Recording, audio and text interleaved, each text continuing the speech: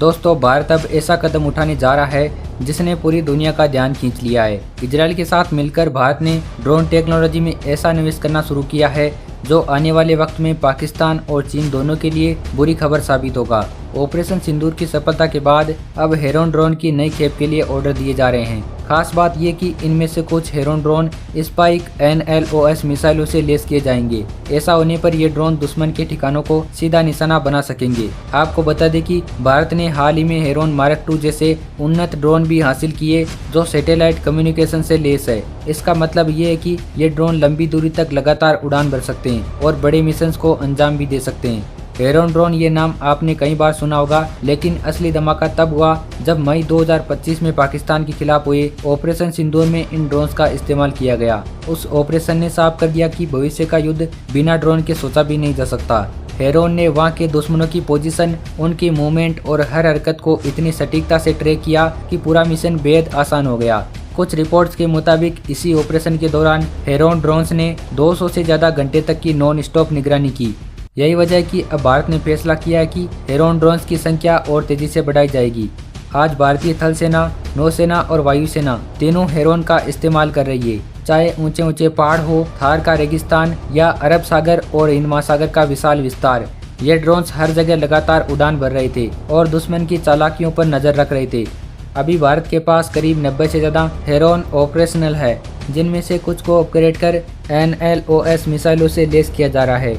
अब जरा सोचिए दोस्तों, जो ड्रोन आज सिर्फ निगरानी कर रहे हैं वही कल दुश्मन के बंकर और लॉन्च पैड्स को खुद हवा में उड़ा देंगे। ये होगा भारत का असली गेम चेंजर।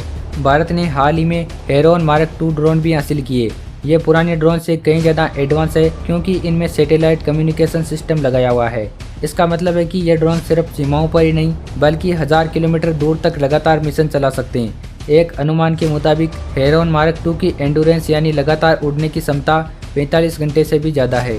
यानी सीमा पर तैनात जवान को जमीन पर कदम बढ़ाने से पहले ये ड्रोन सारी जानकारी दे देगा।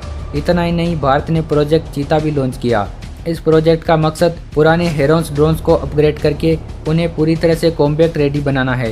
यानी अब वे सिर्फ निगरानी नहीं बल्कि हथियारों से लेस होकर सीधे वार भी कर पाएंगे। एक तरह से समझिए कि जैसे पुराने योद्धाओं को नई तलवार और ढाल मिल जाए, वही काम प्रोजेक्ट चीता कर रहा है। लेकिन दोस्तों, सबसे अहम बात यह है कि भारत अब सिर्फ इजराइल पर निर्भर नहीं रहना चाहता। हमारी कोशिश है कि हम स्वदेशी ड्रोन खुद बनाए।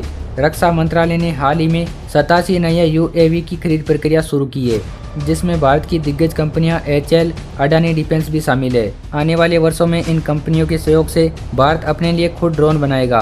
कुछ रक्षा जानकार कहते हैं कि अगले 10 से 15 सालों में भारत को करीब 400 ऐसे ड्रोन्स की जरूरत होगी। अगर ये प्रोडक्शन भारत के भीतर शुरू हो जाता है तो भारत पूरी तरह आत्मनिर्भर बन जाएगा और यही मेक इन इंडिया का असली लक्ष्य है। दोस्तों, युद्ध की तस्वीर बदल रही है। जहां पहले लड़ाइयां ज़्यादा सीमा पर लड़ी जाती थी, अब वह आसमान में तय होगी। टैंक और मिसाइलों के साथ साथ ड्रोन सबसे ज़्यादा अहम भूमिका निभाने वाले हैं।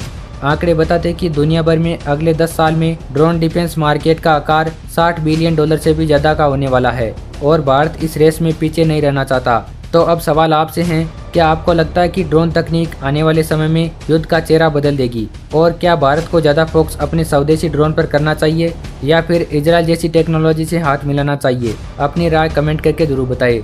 और अगर आपको ये जानकारी पसंद आई तो वीडियो को लाइक करके चैनल को सब्सक्राइब जरूर करिए।